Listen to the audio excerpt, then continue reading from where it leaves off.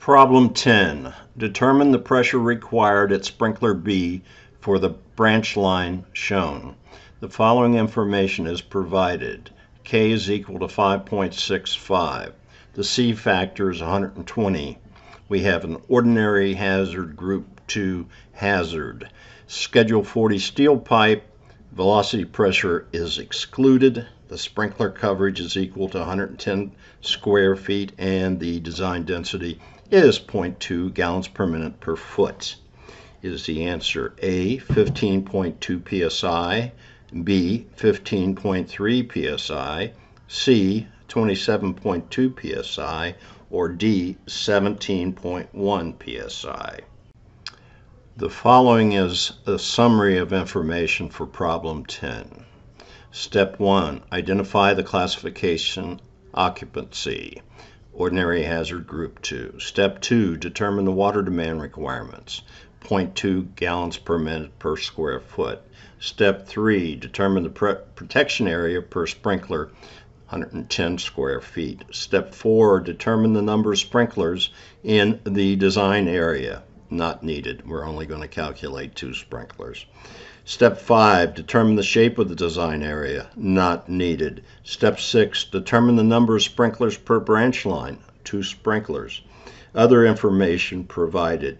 K is equal to 5.65 and our C factor is 120. Some added information. This is ordinary hazard group 2. We're using Schedule 40 steel pipe, and velocity pressure is not included. The solution to problem 10 is 17.1 psi. Step 1, determine the sprinkler flow at sprinkler A. 110 square feet times 0.2 gallons per minute per square foot equals 22 GPM. Step 2, determine the pressure at sprinkler A. P is equal to Q squared divided by K squared. 22 divided by 5.65 squared equals 3.89 squared. Our pressure at the end head is 15.2 psi. Step 3, determine the friction loss through 1-inch Schedule 40 pipe flowing 22 gallons per minute. P is equal to the constant 4.52 times the flow to the 1.85 power. Divide by the C factor to the 1.85 power times the diameter to the 4.87 power. You could do the math. You should come up with a friction loss of 0.156 psi per foot. Step 4, multiply the length of the pipe by the friction loss. 12 feet times 0.156 psi per foot is equal to 1.872 psi. Let's round it up to 1.9 psi. Step 5, add the pressure at sprinkler A to the pressure loss. 15.2 psi plus 1.9 psi gives us 17.1 psi. Problem 11, determine the pressure at sprinkler number 2 for the following sprinkler system. This is a plan view, Schedule 40 pipe, standard fittings, wet system. C is equal to 120. The area per sprinkler is 144 square feet. The design density is 0.2 GPMs. There is no elevation change. The correct answer for problem number 11 is 28.44 psi. Step 1, calculate the flow and pressure at Q1, or most remote sprinkler. Protection area per sprinkler times density. Q1 is equal to 144 square feet times 0.2 gallons per minute per square foot. Q1 is equal to 28.8 gallons per minute. Q1 is equal to K times the square root of P. So P1 is equal to Q divided by K squared. So P is equal to 28.8 divided by 5.62. So our pressure is 26.4 psi. Step 2, calculate the flow and pressure. Calculate the friction loss between the first sprinkler. This is the friction loss for the 8 feet of Schedule 40 pipe that is flowing 28.8 gallons per minute. Using the Hazen-Williams formula, we find that P is equal to 4.52 times Q to the 1.85 power divided by C to the 1.85 power times D to the 4.87 power. You do the math. We have so far 8 feet times 0.255 psi, friction loss per foot, and that'll give us a friction loss of 2.04 psi.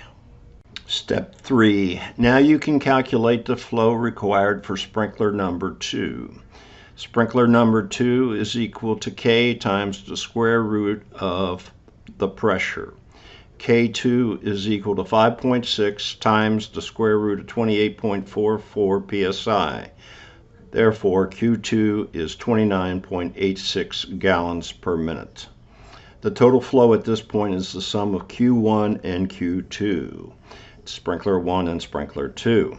28.8 gallons per minute plus 29.86 gallons per minute equals 58.66 gallons per minute.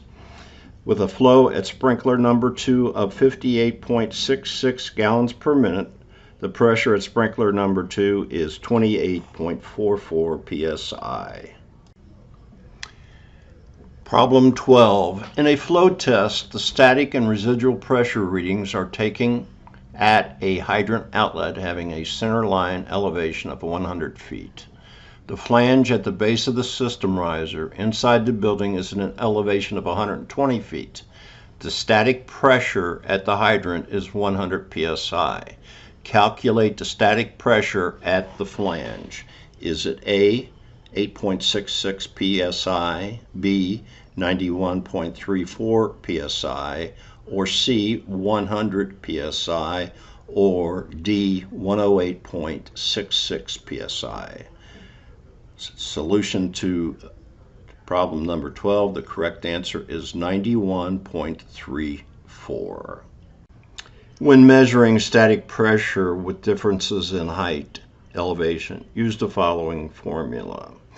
P1 minus P2 is equal to 0.433 psi per foot times H2 minus H1. Step 1. Calculate the elevation differences between the hydrant and the system riser. H2 minus H1. 120 feet minus 100 feet equals 20 feet. Problem number 12. We multiply the elevation difference by 0.433 psi per foot. 0.433 psi per foot times 20 feet equals 8.66 psi.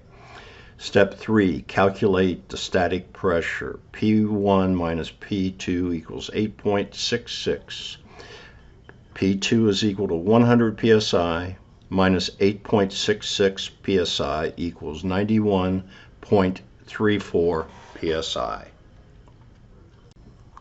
I hope this 4-part tutorial has been beneficial to you. Good luck on your testing and your job. If you have any questions or comments, please contact me at craneanddave@gmail.com. Thank you.